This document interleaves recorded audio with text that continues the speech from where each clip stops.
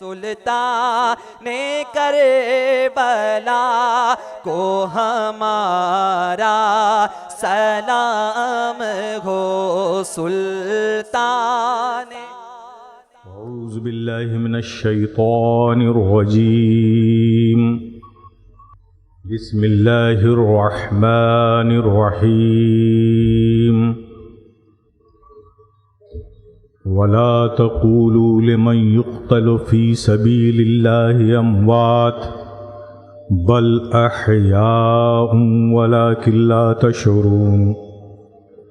صدق الله مولانا العظيم وصدق رسوله النبي الكريم ونحن على ذلك لمن الشاهدين والشاكرين والحمد لله رب العالمين.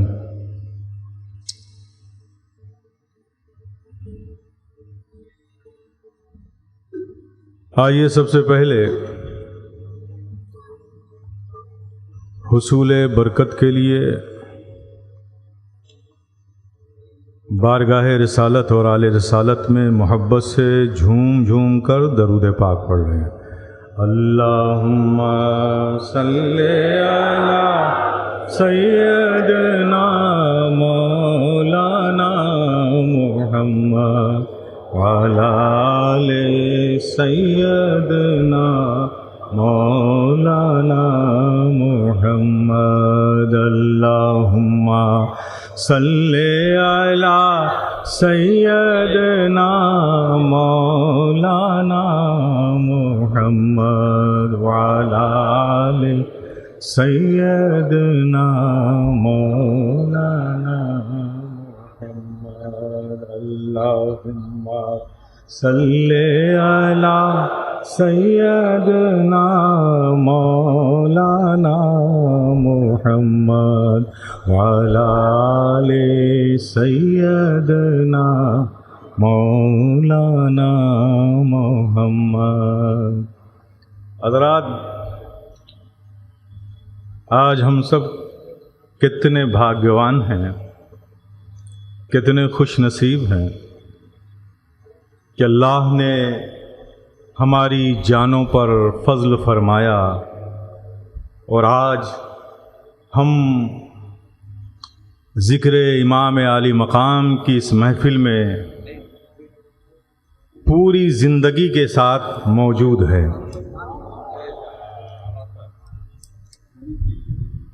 آج اس محفل کا رنگ ہی کچھ الگ نظر آتا ہے. محفلیں تو شہر میں ہر محلوں میں دنیا کے ہر ملک میں ہوتی ہیں، لیکن اس محفل کا ایک الگ رنگ ہے.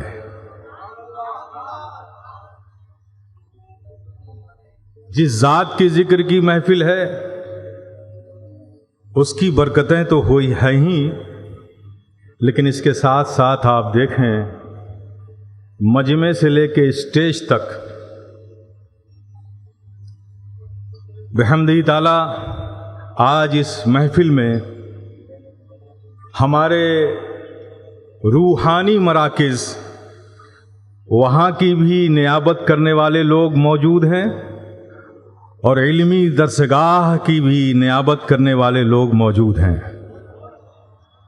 بحمدہ تعالی آج اس محفل پر حضرت شاہ قطب وقت غوث وقت حضرت شاہ صوفی سید مولانا احمد اللہ مائج بھنڈارہ شریف رحمۃ اللہ تعالی علیہ، جو ہم سب کا مرکز عقیدت ہے، وہاں سے بھی عقیدت رکھنے والے اور ان کے سجادہ نشین بھی یہاں موجود ہیں.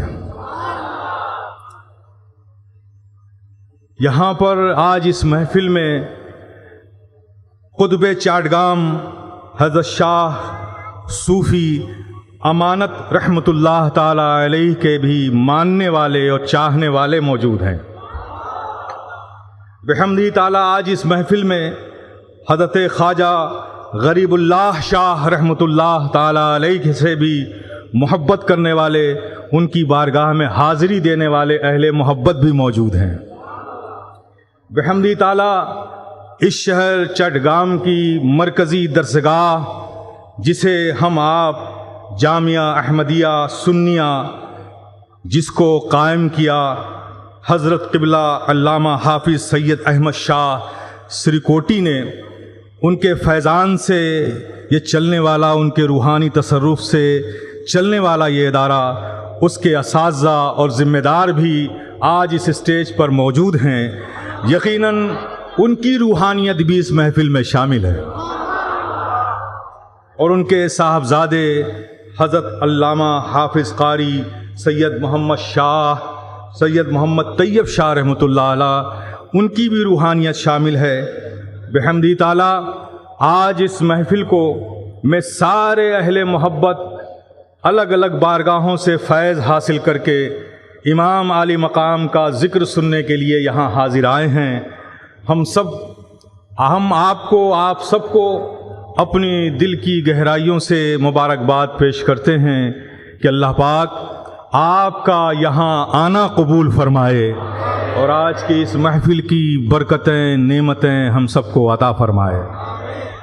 اور اس محفل کی خوبی یہ بھی ہے، یہ بڑی خوبی ہے کہ اسے قائم کیا، اس کا شبارم جنہوں نے کیا تھا وہ آج ہمارے بیچ تو نہیں ہیں، لیکن ہم انہیں بھول نہیں سکتے۔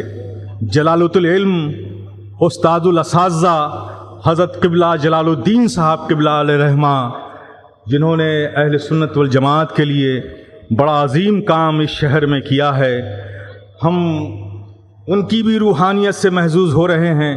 یقیناً ان کی روحانیت بھی یہاں موجود ہے۔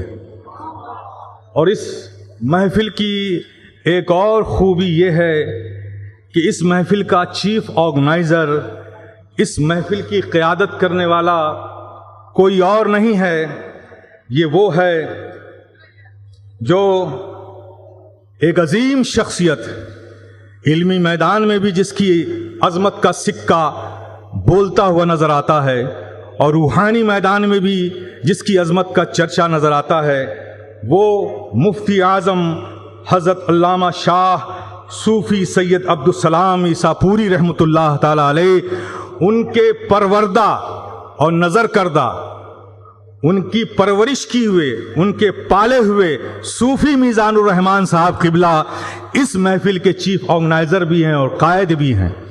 بحمدی تعالیٰ انہوں نے صوفی میزان الرحمان کو اپنی نظر عنایت سے اس مقام تک پہنچایا کہ آج ان کا قلبی رجحان دینی کاموں میں اس قدر مصروف ہے کہ جنون کی حد تک ہے۔ جہاں بھی دین کا کوئی کام ہوتا ہے آپ سب جانتے ہیں کہ وہ ہمیشہ پیش قدمی کرتے ہیں۔ آئیے ہم سب ان کے لیے دعا کریں کہ مولا کریم ہمارے صوفی میزان الرحمان صاحب کی عمر میں برکتیں عطا فرمائے، اور ان کو صحت و زندگی و سلامتی عطا فرمائے۔ اور تیسری طرف ہمارے صوفی میزان الرحمان صاحب نے بلاد اسلام کی عظیم یونیورسٹی، جسے ہم سب جامع ازہر کے نام سے جانتے ہیں، اس عظیم درسگاہ کے عظیم شیوخ، پروفیسرز، دانشور یہاں پر موجود ہیں۔ بحمدہ تعالیٰ یہ محفل روحانیت سے بھی معمور ہے اور علم سے بھی معمور ہے، یہ دونوں طرح کا سنگم ہے۔ یہاں پر بڑے بڑے اسکالرس یہاں پر موجود ہیں، مشائخ موجود ہیں، اور آپ کے مرکزی ادارے جامعہ احمدیہ سنیہ عالیہ کے اساتذہ اور مفتیان کرام بھی یہاں موجود ہیں۔ بحمدہ تعالیٰ یہ محفل ہر اعتبار سے مکمل ہے، ہر اعتبار سے مکمل ہے۔ بس یہ فقیر اشرفی گدائے جیلانی رب کی بارگاہ میں یہ دعا کرتا ہے کہ مولا کریم اس محفل کو قبول فرما لے اور اس کی برکتیں اور نعمتیں ہم سب کو عطا فرمائے۔ حضرات، آج یہاں جو سلسلے وار 10 روز سے محفل ہو رہی ہے، اس کا یہ آخری دن ہے۔ آپ نے بے شمار ہمارے علماء سے، مشائخین سے شہادت کربلا کے عنوان سے تقاریر سماعت فرمائی۔ میں تھوڑا ان سب مضمون سے ہٹ کے آج ایک بات آپ سے کروں گا انشاءاللہ مولا تعالیٰ، لیکن میرا دل چاہتا ہے کہ پہلے میں بارگاہ رسالت میں ایک نعت پڑھ لوں۔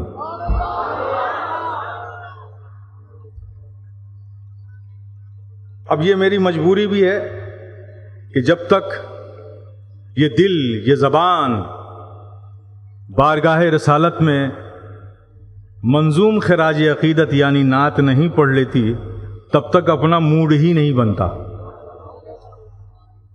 تو میرے پیارے، میں محبت سے پڑھ رہا ہوں، آپ محبت سے سماعت کریں.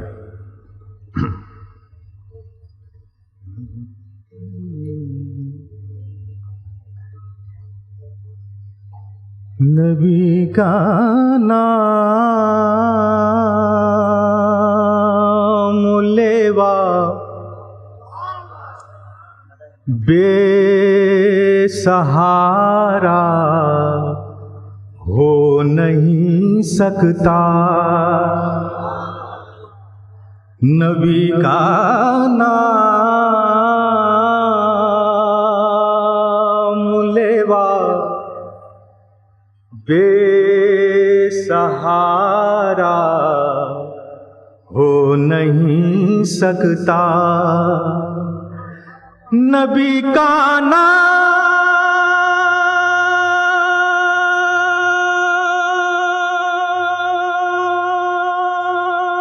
لیوا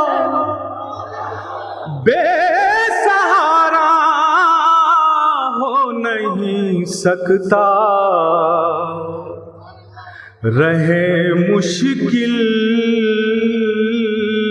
میں ہم ان کو گوارا ہو نہیں سکتا. رہے مشکل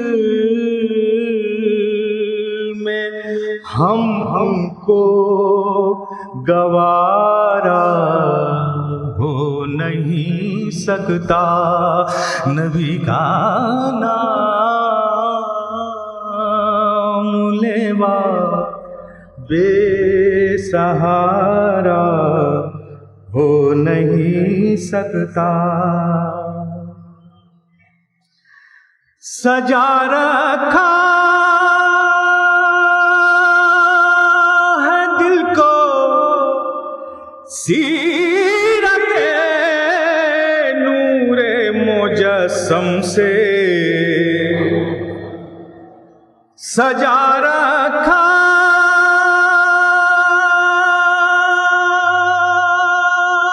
ہے دل کو سیرت نور مجسم سے. قیامت تک میرے دل میں اندھیرا ہو نہیں سکتا. قیامت تک میرے دل میں اندھیرا ہو نہیں سکتا. نبی کا نام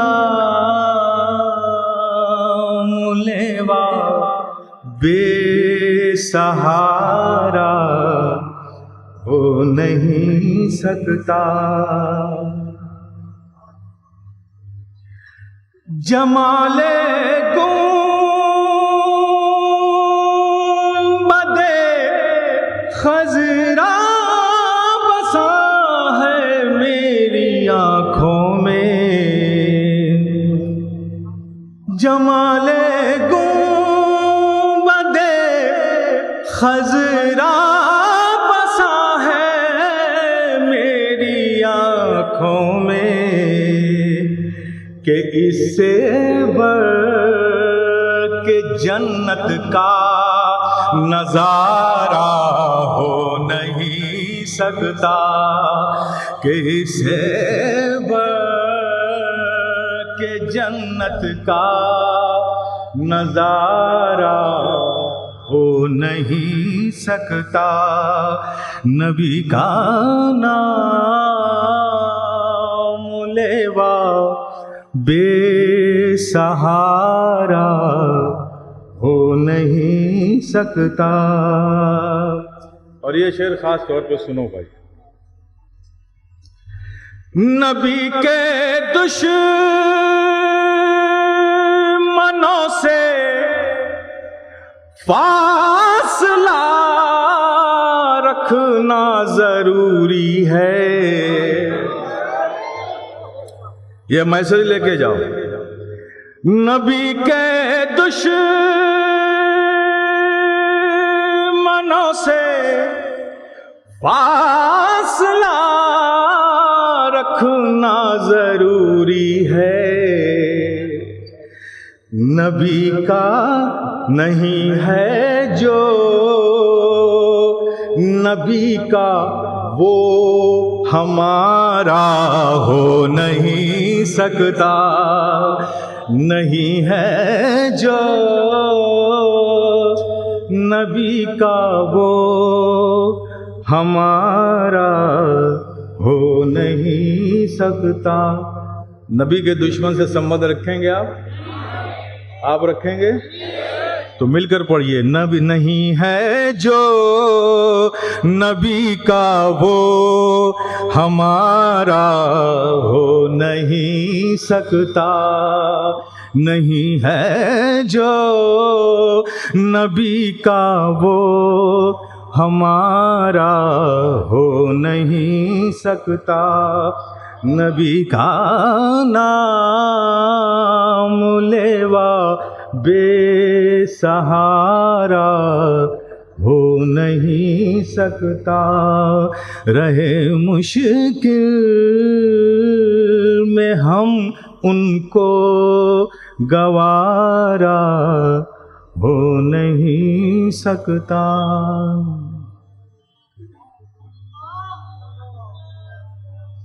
حضرات،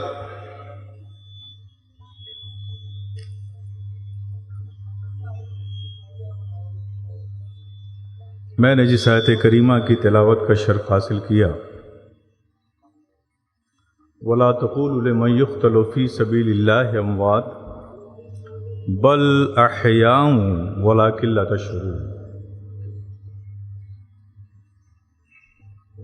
حضرات، یہ دنیا واقعات کی اور حادثات کی دنیا ہے. یہاں واقعات اور حادثات ہوتے ہی رہتے ہیں. پہلے بھی ہوئے، اب بھی ہو رہے ہیں اور ہوتے ہی رہیں گے. انقلاب آتے ہی رہتے ہیں، آتے ہیں اور آتے ہی رہیں گے. لیکن قابل غور بات یہ ہے، دنیا میں بہت سے حادثات ہوئے، بہت سے واقعات ہوئے اور بڑے عظیم عظیم واقعات ہوئے. شہادتیں بھی بڑی عظیم عظیم شخصیتوں کی بھی، وہ شہادتیں بھی بڑی افضل تھیں، شخصیتیں افضل تھیں تو شہادتیں بھی افضل تھیں. اسلامی کیلنڈر کو اٹھا کر دیکھ لو، کوئی مہینہ ایسا نہیں ہے جو شہادت سے خالی ہو. لیکن بات کیا ہے کہ اتنی شہادتیں ہوئیں، اتنی عظیم عظیم شخصیتوں کی شہادتیں ہوئیں، لیکن جشن، یاد، محفلیں ہم صرف شہدائے کربلا ہی کی کیوں مناتے ہیں؟ یہ سوال تو بنتا ہے نا. عظیم عظیم شخصیتیں، اسلام کا اتہاس اٹھا کر دیکھو. سیدنا عمر فاروق رضی اللہ تعالیٰ عنہ امیر المومنین ہے نا، کتنی عظیم شخصیت ہے. آپ تصور کرو، اتنی عظیم شخصیت ہے کہ آپ کے دور میں جب آپ امیر المومنین تھے تو اسلام روم سے لے کے فارس تک پھیل گیا. وہ عمر فاروق رضی اللہ تعالیٰ عنہ کہ جب آپ ایمان لائے تو آپ سے پہلے 39 لوگ ایمان لا چکے تھے، اور جب آپ اسلام میں داخل ہوئے تو آپ 40ویں تھے، اور جب 40ویں بنے تو وحی کا نزول ہوا۔ اس کا شان نزول اس آیت کا یہی ہے۔ حضرت عمر فاروق کے اسلام میں داخل ہونے کے بعد اللہ تبارک و تعالیٰ نے وحی بھیجی نبی پر اور فرمایا یا ایھا النبی حسبک اللہ ومن اتبعک من المؤمنین، اے نبی آپ کے لیے آپ کا رب کافی ہے، اور یہ جو آپ کے متبع ہیں مومنین ہیں یہ کافی ہیں۔ یعنی حضرت عمر فاروق کی ایمان لانے کے بعد یہ وحی آئی کہ اب یہ 40ویں ہو گئے، اے محبوب آپ کے لیے آپ کا رب کافی ہے، اور آپ کے یہ امتی جو 40 ہیں یہ کافی ہیں۔ آپ تصور کرو کیا مقام ہے حضرت سیدنا عمر فاروق کا۔ آپ شہید ہوئے نا، آپ کو بھی تو شہید کیا، لیکن آپ دیکھو تصور کرو، کیا ان کی محفلیں ہم مناتے ہیں؟ نہیں مناتے نا۔ آخر کیا ہے، واقعات تو بہت سے ہوئے، شہادتیں بہت سی ہوئی، عظیم عظیم شخصیتوں کی شہادتیں ہوئی، لیکن محفلیں ہم صرف شہدائے کربلا کی سجاتے ہیں۔ اور دیکھیں مولا علی مشکل کشا، کیا مقام ہے ان کا، کیا عظمت ہے ان کی، جن کے بارے میں نبی فرمائے علی منی وانا منہ، وہ علی کہ جب نبی خانہ کعبہ میں بت کو توڑنے کے لیے گرانے کے لیے فتح مکہ میں گئے تھے نا، تو کعبے کے اندر کوئی نہیں، صرف نبی گئے تھے اور علی گئے تھے۔ اے علی تم ساتھ میرے آؤ، باقی سب باہر رکیں، صرف علی کو ساتھ لے گئے۔ نبی نے اپنے عصا کو بڑھایا اور ایک ایک بت کی گردن میں اپنے عصا کو ڈال کر کھینچ کر گرایا، لیکن ایک بت بہت بڑا تھا، بہت اونچا تھا۔ جب اسے گرانے کی بات آئی تو نبی نے کہا علی ادھر آؤ۔ علی حاضر ہوئے، کہا اے علی میرے کندھے پر سوار ہو جاؤ۔ اللہ اکبر، میرے کندھے پر سوار ہو جاؤ۔ یہ بھی تو ہو سکتا تھا کہ نبی علی کے کندھے پر سوار ہو جائے، اور یہ بھی تو ہو سکتا تھا اگر اونچا بت تھا تو جیسے بت لگانے کے لیے کچھ اسٹول سیڑھی لائی گئی تھی ویسے کچھ ایسی چیز لا کر اسے گرائی جاتی، لیکن نہیں، نبی نے حکم دیا علی کو علی آؤ میرے کندھے پر سوار ہو جاؤ، اور نبی نے علی کو اپنے کندھے پر سوار کیا اور اس بڑے بت کو علی نے گرایا۔ نبی نے پیغام دے دیا اے دنیا والوں سن لو، صرف میری محبت سے کام نہیں چلے گا، میں اسی کا ہوں جس دل میں میری بھی محبت ہو اور علی کی بھی محبت ہو۔ جان لو جس نے خدا کا گھر صاف کیا ہے وہی تمہارے دلوں کو بھی صاف کرے گا۔ وہ کون ہے؟ وہ نبی ہیں اور علی ہے۔ وہ علی جس کے بارے میں نبی فرمائیں من کنتو مولا ہو وعلی مولا، میں جس کا مولا علی اس کے مولا۔ ان علی کی بھی تو شہادت ہوئی۔ کیا اس طرح سے عالم اسلام میں مولا علی کی شہادت کی یاد منائی جاتی ہے؟ آخر بات کیا ہے؟ اتنی عظیم عظیم شخصیتیں دنیا میں شہید ہوئیں، شہادت پائیں، لیکن ذکر و یاد صرف امام علی مقام کا منایا جاتا ہے۔ بات کیا ہے؟ کیوں؟ حضرت امام علی مقام کی شہادت جب ہوئی تو صرف انسان ہی نہیں رویا، جن روئے۔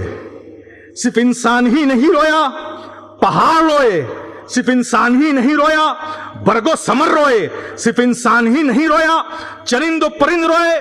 ساری کائنات حضرت امام علی مقام کی شہادت پر روئی۔ کیوں روئی؟ شہادتیں تو اور بھی ہوئی تھیں، ان میں ایسا تو نظر نہیں آتا۔ آخر امام علی مقام کی شہادت میں وہ کیا بات تھی کہ ہر انسان رویا، اپنے تو اپنے غیر روئے، پہاڑ بھی روئے، پیڑ بھی روئے، چرند و پرند بھی روئے، آسمان و زمین رویا، سب روئے۔ آخر بات کیا ہے؟ اس کا ذکر ہم کیوں کرتے ہیں اور لوگوں کی مجلسیں ہم کیوں نہیں سجاتے؟ یہ ایک سوال ہے۔ میں آج آپ کو اسی سوال کا جواب دینا چاہتا ہوں۔ میرے پیارے، یاد رکھو، ایک بات ضابطے کی کہہ دوں کہ روتا کوئی کسی کے لیے تب ہے جب اس سے فائدہ ہو۔ ایک گھر کا ایک ذمہ دار آدمی جو اس سے پورا گھر چلتا ہو، وہ اگر مرے گا تو گھر کے لوگ روئیں گے، پڑوسی تو نہیں روئیں گے۔ لیکن ایک ایسا آدمی جس کو پورے محلے کو جس سے فائدہ ہوتا ہو، اگر وہ مرے گا تو اس کے غم میں پورا محلہ روئے گا۔ کوئی ایسا آدمی ہو جو پورے شہر کے لوگوں کی مدد کرتا ہو، اگر وہ مرے گا تو پھر پورا شہر روئے گا۔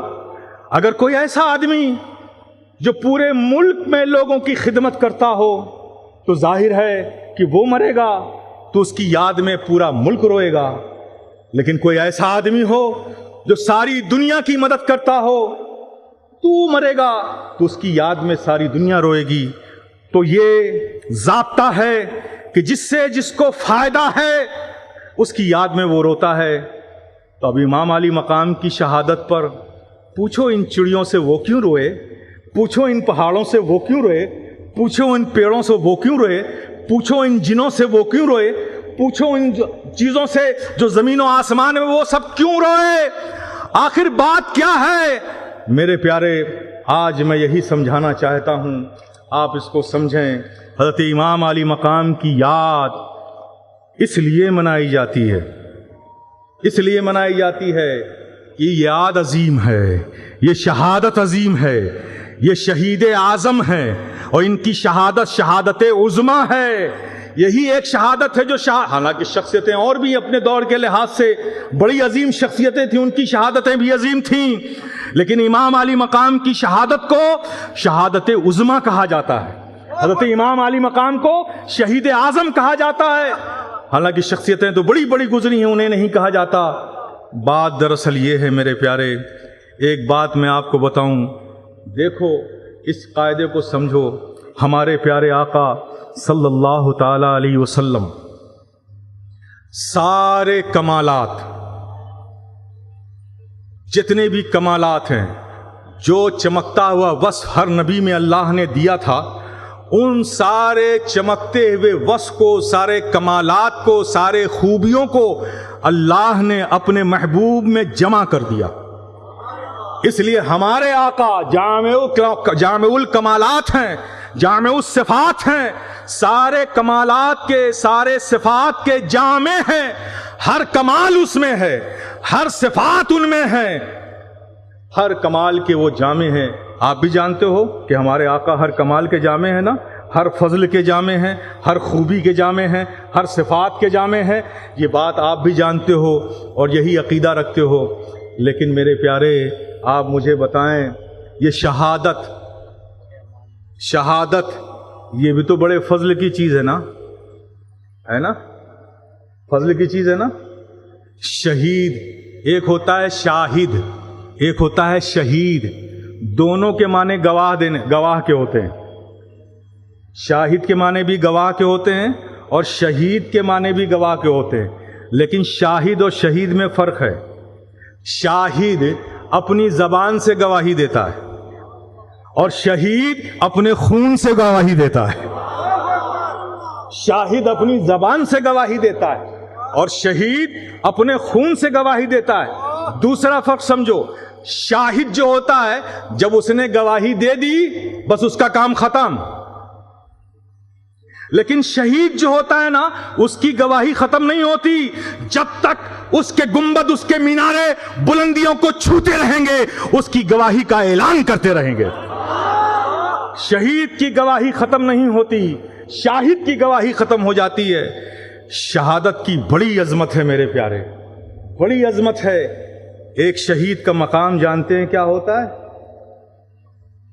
بتاتا ہوں میں کہ جب اللہ پاک ایک شہید کو جنت میں جانے کا حکم دے گا اور وہ شہید جنت میں جائے گا، جیسے ہی جنت میں قدم رکھے گا وہ رب کی بارگاہ میں عرض کرے گا، مولا ہمیں جنت اچھی نہیں لگ رہی ہے، مولا تو ہمیں وہیں بھیج دے، اسی میدان جنگ میں بھیج دے جہاں میرے گردن پہ تلوار چلی تھی۔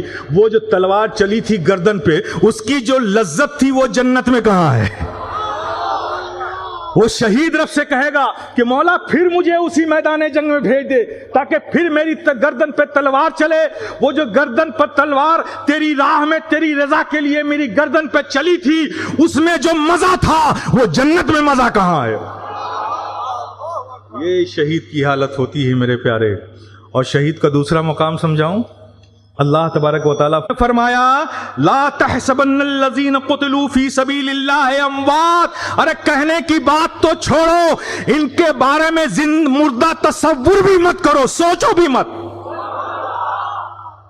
سوچنے پر بھی پابندی لگا دی گئی۔ اب ان کا مقام دیکھو، آپ سب زندہ ہیں نا؟ آپ سب زندہ ہیں، اور میں کہہ دوں یہاں کہ آپ سب مردہ ہیں، مردہ ہیں آپ لوگ۔ اب آپ اگر ہمارے جامع پیارے، اس کا بھی موقع رب نے نہیں دیا۔ وَلَا تَقُولُوا لِمَنْ يُقْتَلُ فِي سَبِيلِ اللَّهِ أَمْوَاتٌ، انہیں مردہ مت کہو۔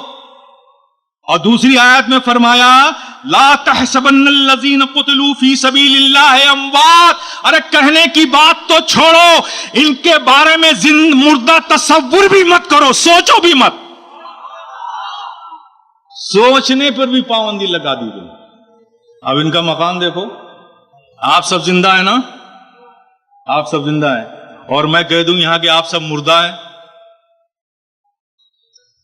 مردہ ہیں آپ لوگ۔ اب آپ اگر ہمارے جامعہ کے شیخ الحدیث سے یا مفتی سے پوچھیں گے کہ حضرت کیا مسئلہ ہے، کیا فرماتے ہیں علماء دین مفتیان شرح متین اس مسئلے میں کہ ایک پیر صاحب نے آ کر مجمع عام میں سب زندہ تھے ان کو مردہ کہہ دیا، تو مفتی صاحب کہیں گے کہ مسئلہ یہ ہے کہ انہوں نے بالاعلان غلط بات کہی، جھوٹ بولے، تو وہ فاسق ہو گئے۔ فاسق کا فتویٰ مجھ پر آ جائے گا، فسق کا۔ اگر میں آپ زندوں کو مردہ کہہ دوں تو مجھ پر کیا ہوگا؟ فسق کا فتویٰ آئے گا کہ میں فاسق۔ اب جب میں فاسق ہو جاؤں گا تو آگے کا حکم یہ ہوگا کہ ان کے پیچھے نماز جائز نہیں۔ لیکن مفتی صاحب ہمارے پیچھے نماز تو جائز نہیں، لیکن ہماری نماز تو ہو جائے گی نا، ہماری نماز تو ہو جائے گی نا۔ فاسق ہیں، ہمارے پیچھے نماز نہیں ہوگی کسی کی، لیکن ہماری نماز تو ہو جائے گی نا، ہم تو مومن ہیں نا۔ تو زیادہ سے زیادہ فتویٰ یہی آئے گا، زیادہ سے زیادہ فتویٰ یہی آئے گا۔ لیکن قرآن جن کو کہہ رہا مردہ مت کہو، اگر تم نے ان کو مردہ کہہ دیا تو قرآن کہتا ہے وَلَا تَقُولُوا، مت کہو، اور تم قرآن کے حکم کے خلاف کرو گے، کہو گے تو بات کفر تک چلی جائے گی۔ ان کا مقام یہ ہے، ان کی عظمت یہ ہے۔ تو شہادت بڑی عظمت کی چیز ہے، بڑے فضل کی چیز ہے، بڑی عظیم نعمت ہے۔ تو میرے پیارے ذرا غور تو کرو کہ ہمارے آقا جامع الکمالات ہیں، جامع الصفات ہیں، سارے فضل کے، سارے کمالات کے جامع ذات کا نام محمد عربی صلی اللہ تعالی علیہ وسلم ہے۔ تو میرے پیارے ان تمام فضل و کمالات میں ایک فضل شہادت بھی تو ہے نا؟ تو میرے پیارے انصاف سے بولو، کیا یہ فضل نبی کے دامن سے وابستہ ہوئی؟ ہمارے آقا شہید تو نہیں ہوئے نا؟ بولو نا، ہمارے آقا شہید ہوئے نہیں؟ شہادت بھی ایک فضل ہے۔ تو نبی کی زندگی ایک فضل سے خالی ہے کہ نہیں؟ تو جب ایک فضل سے نبی کی زندگی خالی بظاہر نظر آتی ہے تو نبی جامع فضل و کمالات کیسے ہوئے؟ جب ایک فضل سے نبی کی زندگی خالی، شہادت بھی ایک فضل، اور وہ فضل بظاہر نبی کے دامن سے وابستہ نظر، نبی جامع الصفات ہیں، اس میں کوئی شک مت رکھنا۔ لیکن پیارے غور کرو، اگر یہ فضل شہادت نبی کی بارگاہ میں ڈائریکٹ آتی، نبی شہید ہوتے تو کیا ہوتا؟ دین شہید ہو جاتا، دین میں خلل واقع ہو جاتا، نبی کی شہادت کے بعد انتشار پیدا ہو جاتا، ایک مصیبت آ جاتی۔ ایک دوسری بات، اگر ڈائریکٹ نبی کی زندگی میں شہادت آتی تو شہادت بھی دو طرح کی ہے، شہادت کی بھی دو کیٹیگری ہے، ایک ہے شہادت خفی، ایک ہے شہادت جلی۔ جلی اسے کہتے ہیں جو روشن ہو، واضح ہو، یعنی جس کا قتل ہونے والا بھی معلوم ہو، قتل کرنے والا بھی معلوم ہو، کس نے کس کو کیا کیسے قتل کیا، سارے واقعات جہاں معلوم ہو اسے کہتے ہیں شہادت جلی۔ اور شہادت خفی اسے کہتے ہیں جس کا نہ قتل کرنے والا معلوم ہو یا کیسے قتل ہوا وہ بھی نہ معلوم ہو، اسے کہتے ہیں شہادت خفی۔ آپ ادھر دیکھیے، میں جو بات کہنے جا رہا ہوں مس کر جاؤ گے تو پھر پکڑ نہیں پاؤ گے۔ اسے کہتے ہیں شہادت خفی۔ دو طرح کی شہادت ہے، ایک شہادت جلی، ایک شہادت خفی جو چھپی ہوئی شہادت، اور ایک جو روشن ہے، واضح ہے، بالکل کھلی ہوئی ہے۔ جلی شہادت کہتے ہیں جس میں مارنے والا، شہید کرنے والا بھی معلوم ہو، جس میں جو شہید ہوا وہ بھی معلوم ہو، کس نے کس کو کب کیسے شہید کیا وہ بھی معلوم ہو، اسے کہتے ہیں شہادت جلی۔ اور ایک شہادت خفی جس میں کچھ پتہ نہ چل سکے کہ مارا کس نے اور کیسے مارا۔ یہ دو شہادت ہے۔ تو پھر سوال ہوتا ہے کہ اگر نبی کی بارگاہ میں شہادت ڈائریکٹ آتی تو کون سی شہادت آتی؟ اگر خفی آتی تو جلی نہیں آتی، جلی آتی تو خفی نہیں آتی، دونوں میں سے کوئی ایک ہی آتی نا، تب بھی ایک فضل سے نبی کی زندگی خالی نظر آتی۔ تو میرے پیارے یہی وجہ تھی کہ اللہ نے پھر یہ پسند فرمایا کہ نبی جامع فضل و کمالات ہیں، نبی جامع الصفات ہیں، اور شہادت بھی ایک فضل ہے۔ تو نبی کی بارگاہ میں شہادت کی دو کیٹیگری ہے، ایک خفی ہے، ایک جلی ہے، دونوں بیک وقت کسی کی زندگی میں آ نہیں سکتا، اور جب تک دونوں نہ آئے شہادت کامل نہیں ہو سکتا۔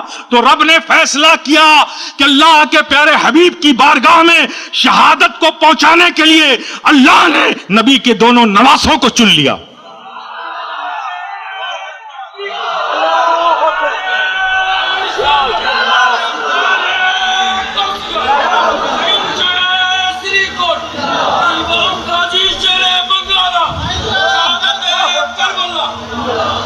اب دونوں شہادت کو بیک وقت نبی کی بارگاہ میں پہنچانے کا یہی طریقہ تھا کہ اللہ نے نبی کے نواسوں کو نبی کی بارگاہ میں فضل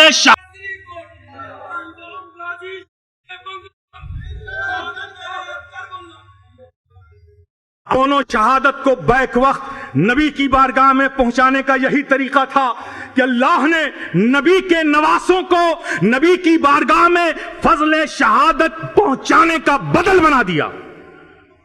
دونوں نواسوں کو نبی کا بدل بنا دیا، نبی کا بدل بنا دیا۔ تو حضرت امام حسن کی جو شہادت ہوئی، پتہ ہی نہیں چلا کہ قاتل کون تھا، کیسے قتل ہوا، یہ شہادت خفی تھی۔ حضرت امام علی مقام کی جو شہادت ہوئی وہ شہادت جلی تھی، مارنے والا بھی معلوم ہے، کس جگہ پہ قتل کیا وہ معلوم ہے، کس نے کس کو مارا، ہر بات واضح ہے، روشن ہے۔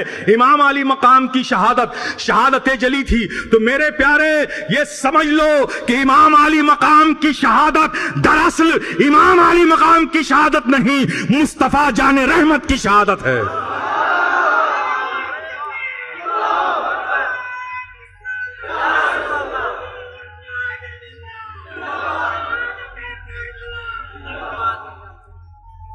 مصطفیٰ جان رحمت کی شہادت ہے۔ مصطفیٰ جان رحمت کی شہادت ہے، یہی وجہ ہے، اور مصطفیٰ جان رحمت کی شہادت ہے تو مصطفیٰ جان رحمت تو رحمت للعالمین ہے، ان کی رحمت کی ضرورت تو آسمانوں کو بھی ہے، ان کی رحمت کی ضرورت چمکتے ہوئے ستاروں کو بھی ہے، ان کی رحمت کی ضرورت سورج بے روشنی بکھیرتے چاند سورج کو بھی ہے، ان کی رحمت کی ضرورت تو نسیم سحر کو بھی ہے، ان کی رحمت کی ضرورت تو آسمانوں کو بھی ہے، ان کی رحمت کی ضرورت تو فرشتوں کو بھی ہے، ان کی رحمت کی ضرورت فرش والوں کو بھی ہے، ان کی رحمت کی ضرورت عرش والوں کو بھی ہے، ان کی رحمت کی ضرورت جنوں کو بھی ہے، ان کی رحمت کی ضرورت ملائکہ کو بھی ہے۔ جب سب کو ان کی رحمت کی ضرورت تو ان کی شہادت پر پھر سب روئے۔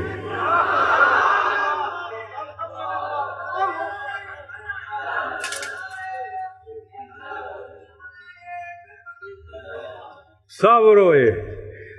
اب ہو سکتا ہے کہ کچھ وہ ہوں، وہ سمجھتے ہو، وہ نہیں سمجھتے، ارے یار یہاں تو آتنک مچا کے رکھا ہوا ہے۔ کچھ وہ ہوں کل آپ کو پکڑ کے گئے کہ بھائی یہ کیا بات ہوئی کہ شہید ہوں نواسے اور شہادت سمجھی جائے نبی کی، یہ کیا بات ہوئی بھائی؟ یہ کوئی بات ہوئی؟ کہاں سے کہاں فٹ کر دیا مولانا نے؟ یہ کوئی بات ہوئی؟ شہید ہو نواسا اور مولانا کہہ رہے تھے کہ نبی شہید ہوئے، یہ کیا بات ہوئی؟ جب تم سے پوچھے نا تو تم ان سے پوچھ لینا، یہ تیری سمجھ میں نہیں آتا، لیکن جب مجھے تو سمجھا دے کہ شہید ہوا تھا دمبا،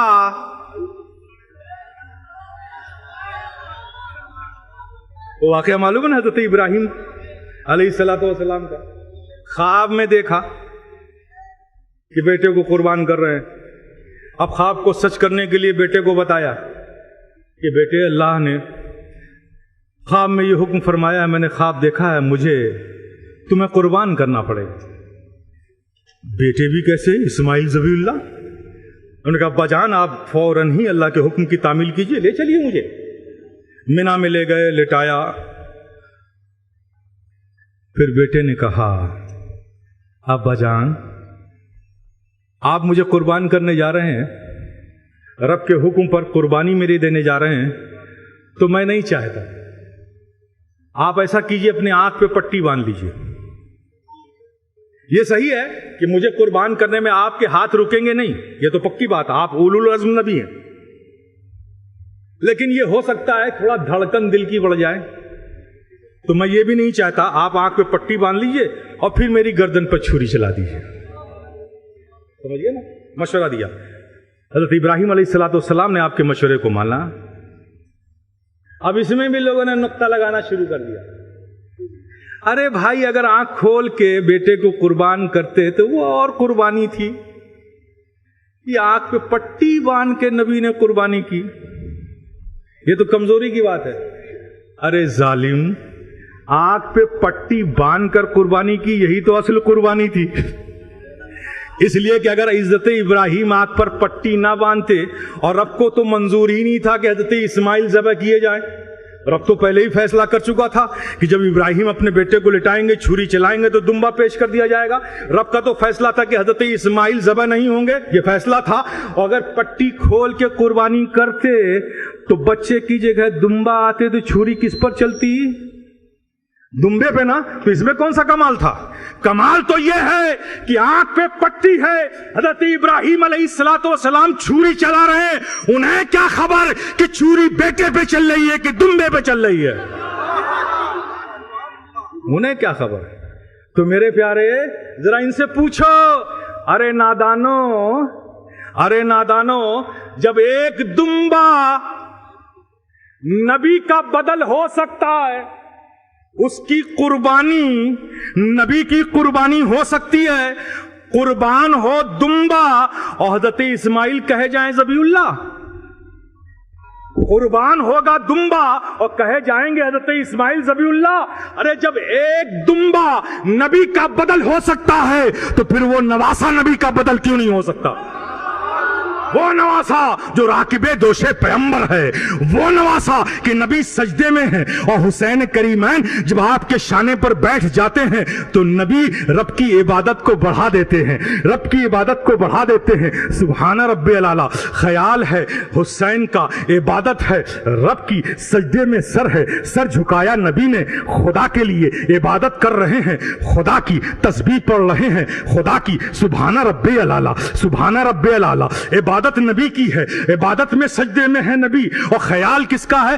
حسین کا۔ سبحان ربی العالی، حسین اترے کہ نہیں؟ سبحان ربی العالی، حسین اترے کہ نہیں؟ سبحان ربی العالی، حسین اترے کہ نہیں؟ عبادت رب کی ہے، خیال حسین کا ہے، نبی سجدے کو بڑھاتے جا رہے ہیں، اس لیے کہ نبی اس لیے سجدے کو نہیں بڑھا رہے تھے کہ حسین سوار تھے، بلکہ نبی نے سجدے کو اس لیے بڑھایا کہ دین سوار تھا،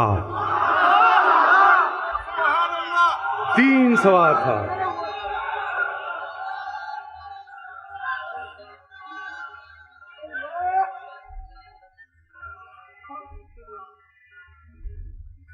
اور نبی دین کو بلند کرنے آیا ہے، دین کو گرانے نہیں آیا ہے۔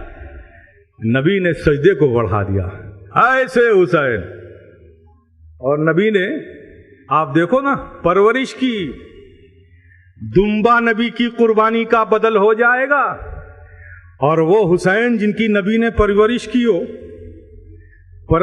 ہو، وہ نواسا نبی کی قربانی کا بدل نہیں ہوگا۔ میرے پیارے امام علی مقام کی قربانی، شہادت دراصل مصطفیٰ جان رحمت کی شہادت ہے۔ یہی وجہ ہے کہ قریہ قریہ، گاؤں گاؤں، شہر شہر، اس پوری کائنات ارضی پر کوئی ایسی جگہ نہیں ہے جہاں امام علی مقام کی محفلیں نہ ہوتی ہوں، جشن نہ منایا جاتا ہو۔ اب بات یزیدیوں کی چھوڑو، یزیدیوں کی چھوڑو، اب یزیدیوں کے دماغ کی حالت دیکھو، کیا دماغ ہے ان کا۔ ہم اہل سنت والجماعت کے اہل محبت پر کمنٹس کرتے ہیں، کیا کمنٹس کرتے ہیں؟ ارے یار یہ سنیوں کو کیا ہے، یہ اسلامی سال کا پہلا مہینہ ہے محرم، اور جیسے ہی پہلی تاریخ آتی ہے یہ رونا شروع کر دیتے ہیں، یہ رونا شروع، غم میں ڈوب جاتے ہیں، رونا شروع کر دیتے ہیں۔ بتائیے صاحب، سال کا پہلا دن آدمی کو رو کے شروع کرنا چاہیے؟ پورے سال یہ روئیں گے؟ ارے خوشی میں شروع کرنا چاہیے۔ اس طرح کی باتیں کرتے ہیں۔ ارے ظالموں، پلٹ کر تم ان سے پوچھنا کہ اچھا جب تو پیدا ہوا تھا تو ہنستا ہوا دنیا میں آیا تھا کیا؟ تو بھی تو روتا ہوا آیا تھا نا، تو تجھے تو کسی نے منحوس نہیں کہا کہ باپ پوری زندگی روئے گا۔ میرے پیارے امام علی مقام کی شہادت مصطفیٰ جان رحمت کی شہادت ہے، اور نبی نے اسی انداز پہ آپ کی پرورش کی۔ ایک بار نبی مدینہ شریف میں مسجد نبوی میں خطبہ دے رہے تھے، جمعے کا خطبہ، کس انداز پہ پرورش کی دیکھو، جمعے کا خطبہ دے رہے تھے۔ خطبہ دیتے دیتے اچانک حجرے پاک سے حضرت امام علی مقام، بہت چھوٹے تھے، اندر مسجد میں آئے۔ نبی خطبہ دیتے دیتے آپ کی نظر حضرت امام حسین پر پڑی، نبی نے خطبہ روک دیا، جمعے کا خطبہ ہے، نبی نے روک دیا، منبر سے اترے اور آگے جا کر حضرت امام علی مقام کو اپنی گود میں لے لیا اور لے کر آئے، پھر منبر پر کھڑے ہو گئے، منبر پر کھڑے ہو گئے۔ کیا حسین منظر تھا، نبی منبر رسول پر، نبی اپنے منبر پر اور حسین نبی کی گود میں، نبی کا ممبر اس پر کھڑے ہیں نبی، اور حسین کا ممبر نبی کی گود بنا ہوا ہے، حسین کا ممبر نبی کی گود بنا ہوا ہے۔ اب جناب گود میں لینے کے بعد خطبہ وہیں روک دیا، خطبے کا رخ موڑ دیا، اب خطبہ دوسرا شروع ہو گیا۔ نبی فرماتے ہیں کہ اے لوگو سنو، نبی فرماتے ہیں کہ اے لوگو دیکھو یہ حسین ہے، حسین، ایھا الناس ھذا حسین فاعرفوا فضلوا وانصروا، اے لوگو دیکھو یہ حسین ہیں، انہیں پہچانو، ان کی تعظیم کرو اور ان کی مدد کرو. ان کی تعظیم کرو، ان کی مدد. اب یہ خطبہ دے رہے ہیں نبی. اب آپ سے میں پوچھتا ہوں کہ میرے پیارے، اس وقت مدینے میں فعرفو، پہچانو ان کو. کون نہیں جانتا تھا حسین ہے یہ؟ فضلو، ان کی تعظیم کرو. کون تعظیم نہیں کرتا تھا امام حسین کی؟ ونصرو، ان کی مدد کرو. اس وقت تو بہت چھوٹے تھے، ان کو مدد کی کیا ضرورت تھی؟ نبی ان سے کہہ رہے ہیں، سامنے بیٹھے کون ہیں؟ وہ تمام صحابہ کرام کی جماعت ہے. نبی ان کے بیچ یہ خطبہ دے رہے ہیں کہ اے لوگو پہچانو یہ حسین ہیں. سب جانتے ہیں کہ یہ حسین ہے. ان کی تعظیم کرو. سب تعظیم کرتے تھے یہ حسین ہے. اور ان کی مدد کرو. اس چھوٹی سی ننھی عمر میں حسین کو مدد کی کیا ضرورت ہے؟ تو میرے پیارے سرکار کائنات صلی اللہ تعالی علیہ وسلم وہ جو بیٹھے تھے، یہ خطاب ان سے نہیں تھا، ان سے نہیں تھا. یہ خطاب کربلا میں رہنے والوں سے تھا کہ اے لوگوں پہچان لو، تم اس دن بھول نہ جانا یہ حسین ہیں. ان کی تعظیم کرنا اور ان کے مددگار بننا، ان کے مددگار بننا. تو میرے پیارے جو لوگ ان کے مددگار ہوئے وہ کامیاب ہوئے، اور جو ان سے باغی ہوئے وہ ناکام ہوئے. یہی وجہ ہے کہ امام علی مقام کامیاب ہوئے اور یزید ہلاک ہوا، ناکام ہوا. اب یزیدیوں سے پوچھو، کہتے ہیں کہ یہ سلطنت کی جنگ تھی، یہ حکومت کی جنگ تھی، یہ بادشاہت کی جنگ تھی، یہ زمین و جائیداد کی جنگ تھی.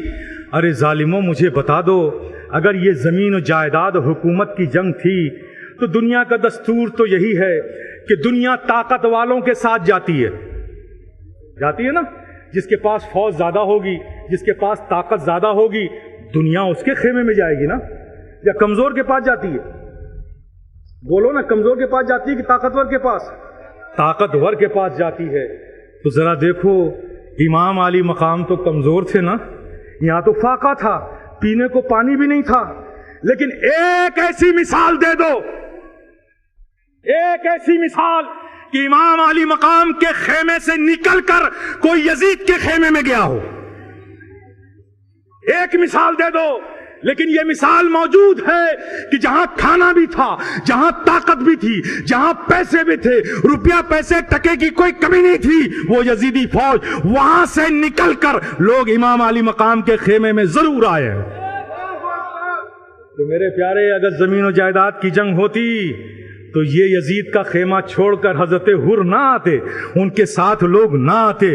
حضرت حر نے دیکھ لیا کہ حق کدھر ہے، حق امام علی مقام کے پاس ہے، تو یزید کے خیمے کو چھوڑ دیا، سجے ہوئے دسترخوان کو چھوڑ دیا، اس کے عیش و عشرت کی چھوڑ دیا، اور اس بھوکے پیاسے خیمے میں آ گئے. اس لیے کہ حضرت حر نے سمجھ لیا کہ یہ حق و باطل کی جنگ ہے اور حق امام علی مقام کے ساتھ ہے. میرے پیارے، آپ تصور کرو، اور قرآن کی یہ آیت لمن یقتل فی سبیل اللہ اموات بل احیاء،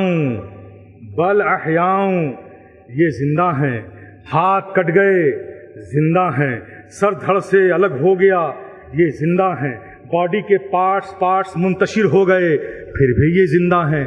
تو میرے پیارے، قرآن نے کہا ہمارا ایمان ہے، اللہ کے پیارے حبیب نے فرمایا یہ ہمارا عقیدہ ہے، ہم مانتے ہیں. لیکن کوئی ایسی مثال بھی تو ہونی چاہیے. کسی شہید کو 40 روز یا اس سے زیادہ زندہ ہونا چاہیے تاکہ پتہ چلے کہ اللہ کی راہ میں شہید ہونے والے بھی زندہ رہتے ہیں. تو میرے پیارے، حضرت امام علی مقام شہید ہو گئے. قرآن کی اس تفسیر کی عملی گواہی امام علی مقام دے رہے ہیں کہ امام علی مقام کی شہادت ہو گئی. 40 روز گزر گئے، آپ کے جسم پاک سے آپ کے سر اقدس کو جدا ہوئے. یزید نے علم میں آپ کے سر اقدس کو رکھ لیا. لیکن میرے پیارے، لوگوں نے دیکھا کہ اس قافلے میں یزید کے سپاہیوں نے حضرت امام علی مقام کے سر کو ایک جھنڈے میں بلند کیا اور لے کر جا رہے ہیں. اس جانے والوں میں لوگوں نے سنا کہ امام کا سر نیزے پر قرآن کی آیت تلاوت کرتا ہوا نظر آیا. قرآن کی آیت تلاوت کرتا نظر آیا. سننے والوں نے سنا حضرت امام علی مقام نے لمن یقتل فی سبیل اللہ اموات بل احیاء اس کی تفسیر عملی طور پر پیش کر دی کہ جو اللہ کی راہ میں شہید ہو جاتے ہیں. دیکھو میں شہید ہوا, میں نیزے کی سربلندی پر بھی قرآن کی تلاوت کرتا ہوا جا رہا ہوں. اور پھر میرے پیارے جب ابن زیاد کے پاس امام علی مقام کا سر پہنچا, دیکھو کیسے ایسے زندوں کی ہم کیا بات کر سکتے ہیں, ان کی شان کیا بیان کر سکتے ہیں. ایسے زندہ کہ حضرت زیاد کے پاس جب امام علی مقام کا سر گیا, اس نے آپ کے سر اقدس کو رکھا, اپنے ہاتھ میں لیا اور بڑی ہی گستاخانہ انداز میں کہا کہ ارے مان گئے ہوتے, ہدایت پر لوٹ آتے تو بچ جاتے. ابھی اس کے زبان سے, اس گستاخ کی زبان سے یہ جملہ نکلا ہی تھا کہ 40 دن سے زیادہ ہو گیا تھا حضرت امام علی مقام کے سر اقدس کو. انصاف سے بولو, 40 دن سے زیادہ کسی کا سر اس کے دھڑ سے الگ ہو جائے تو کیا اس میں خون کا کوئی قطرہ ہو سکتا ہے؟ وہ بھی عرب کی تپتی ہوئی ریگستان کی گرمی, اس میں کوئی خون کا قطرہ ہو سکتا ہے؟ لیکن جیسے ہی ابن زیاد نے امام علی مقام کے سر اقدس کو مخاطب کر کے کہا کہ اگر تو ہدایت پہ آ جاتا تو بچ جاتا, ابھی اس گستاخ کی زبان سے یہ کلمات نکلے ہی تھے, ایک بالکل تازہ لہو کا قطرہ امام علی مقام کے سر اقدس سے نکلا اور ابن زیاد کے ران کو چیرتا ہوا اس کے تخت میں پیوست ہو گیا. بتا دیا امام علی مقام نے کہ ارے گستاخ سن, ارے میرے جسم کا ایک قطرہ خون بھی میرے جسم سے نکلے گا تو وہ سیدھا جائے گا, اسے کوئی روک نہیں سکتا. اگر تیری ران آئے گی تو ران کو بھی چیر دے گا, اگر تیرا تخت آئے گا تو تخت کو بھی چیر دے گا, اسے کوئی روک نہیں سکتا. تو جب میرا ایک قطرہ خون بھی راہ ہدایت سے ہٹا ہوا نہیں ہو سکتا تو مجھے کیا کہہ رہا ہے کہ راہ ہدایت پہ آ جاتا. میرے پیارے اللہ کے پیارے حبیب صلی اللہ تعالی علیہ وسلم کا فضل ہے کہ ہم سب امام علی مقام سے محبت کرنے والے ہیں. لیکن میں آخر میں آپ کو ایک میسج دوں گا میرے پیارے, میسج دوں گا. آج بھی امام علی مقام, اللہ کے پیارے حبیب نے کہا تھا نا کہ ان کی مدد کرو, تو آج بھی امام علی مقام کی یہ آواز تمہیں آواز دے رہی ہے. امام علی مقام تم سے کہہ رہے ہیں اے میرے محبت کرنے والوں میری مدد کرو, میری مدد کرو. امام علی مقام کی ہم کیسے مدد کریں گے؟ وہ تو امام ہیں, جنتیوں کے سردار ہیں, ہمارے آقا ہیں, نبی کے نواسے ہیں. ہم ان کی مدد کیا کریں گے؟ ان کے کرم سے, ان کے فیضان سے تو ہر سنی پھلتا پھولتا نظر آ رہا ہے. ہم غلام ان کی کیا مدد کریں گے؟ تو میرے پیارے سمجھو, یہ آواز ہمارے امام آج بھی دے رہے ہیں کہ اے لوگوں ہماری مدد کرو. مدد یہ کرو کہ دیکھو میں نے جس دین کے تحفظ کے لیے اپنے گھر بار کو اور اپنے کو لٹا دیا ہے, تم بھی اس دین کو اپنے سینے سے لگا لو.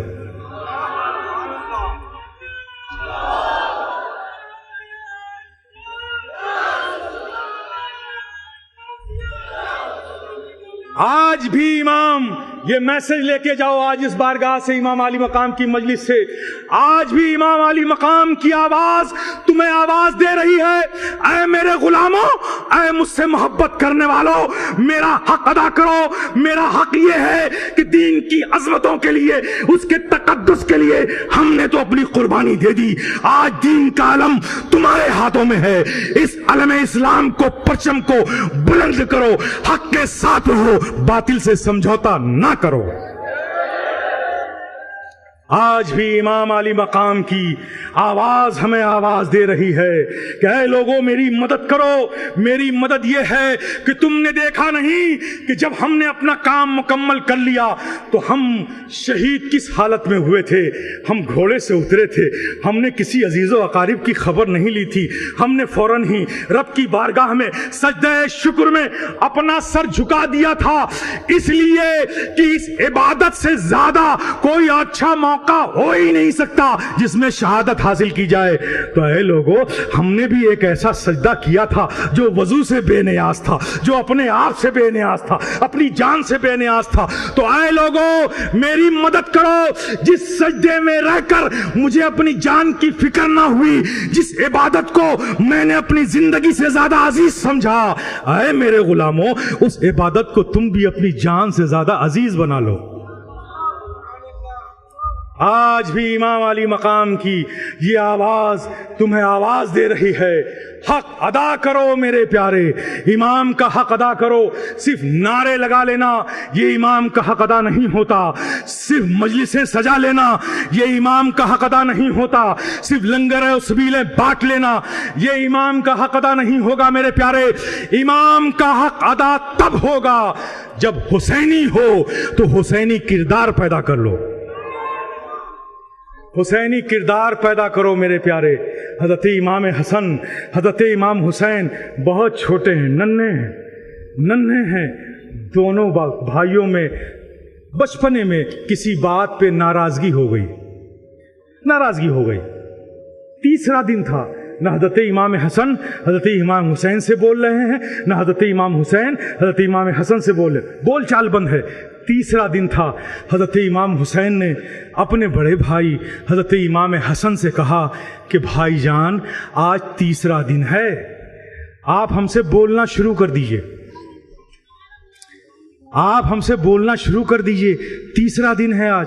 حضرت امام حسن نے کہا اچھا میں بڑا ہو کر پہلے میں بولوں یا تم چھوٹے ہو کر پہلے تم بولو گے؟ تو حضرت امام حسین نے کیا پیاری بات کہی تھی میرے پیارے، اسے دل دماغ میں رکھ کے جاؤ. حضرت امام حسین نے فرمایا تھا کہ بھائی جان بات یہ نہیں ہے، بات یہ ہے کہ ہم نے نانا جان کو کہتے ہوئے سنا تھا کہ جب دو مسلمانوں میں نا اتفاقی ہو جائے تو جو پہلے 3 دن کے اندر جو پہلے بولنا شروع کرے گا وہ پہلے جنت میں جائے گا، وہ پہلے جنت میں جائے گا.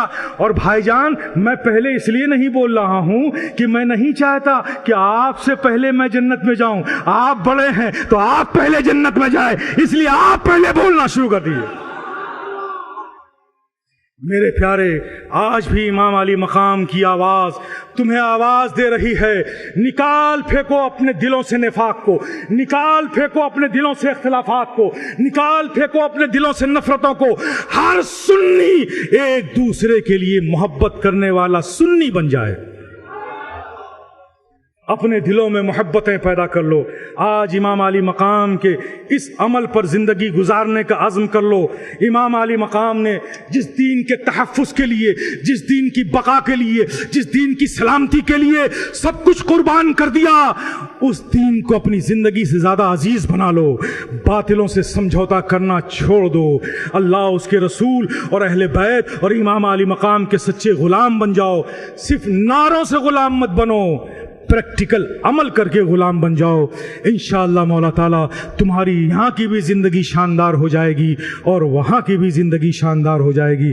وآخر دعوانا ان الحمدللہ رب العالمین، ما توفیقی الا باللہ، استغفر اللہ.